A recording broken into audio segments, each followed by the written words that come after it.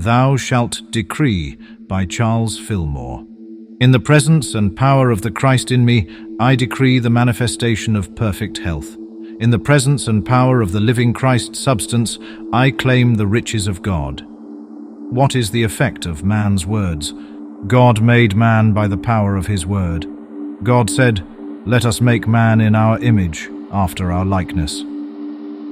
By virtue of his spiritual origin and the power vested in him, man forms by his word the world in which he lives. Jehovah said to Eliphaz, "Thou shalt also decree a thing, and it shall be established unto thee." Job 22:28. Every word man utters energizes the ether with a creative impulse that in due season brings forth its image and likeness. The formative power of man's thought and word is governed by his faith in himself and the vehemence with which he thinks and speaks. Jesus expected great things of his followers because he knew what is in man. He knew that man has laid hold of the power of God, as stated in Genesis 3:22, "Behold, the man is become as one of us." Jesus recognized this when he said, "Is it not written in your law, I said ye are gods?" John 10:34. Does an inferiority complex prevent one from expressing sonship? We have not brought forth in the majesty of the sons of God because of our self-depreciation and our ignorance of the creative law implanted in us.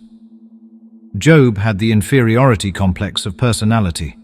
He whined, "Behold, I am of small account. What shall I answer thee?" Then Jehovah answered Job out of the whirlwind and said, "Gird up thy lions now like a man. I will demand of thee, and declare thou unto me.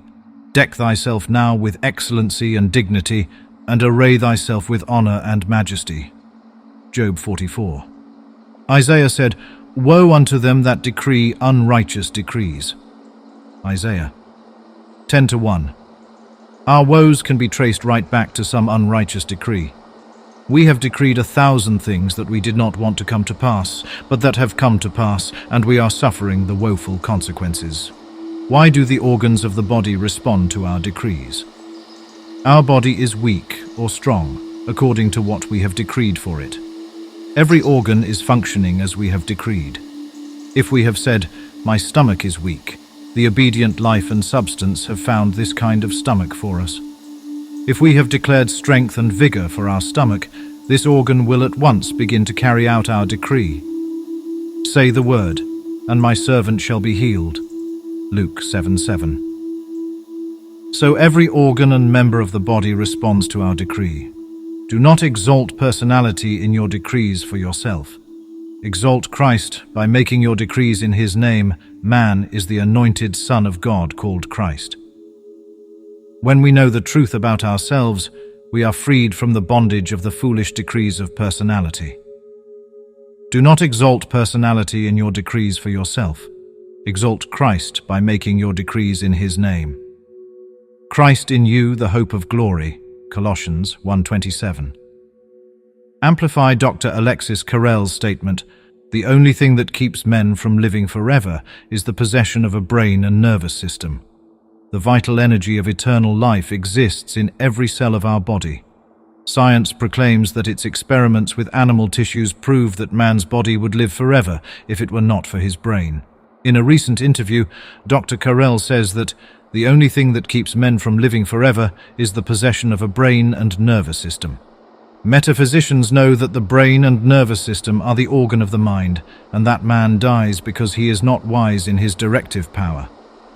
"And the Almighty will be thy treasure, and precious silver unto thee," Job 22:25, was the prosperity proclamation of our wise old friend, Job. A depression took everything he owned, even his sons and daughters. But he was not defeated. He claimed his own, and it was restored to him.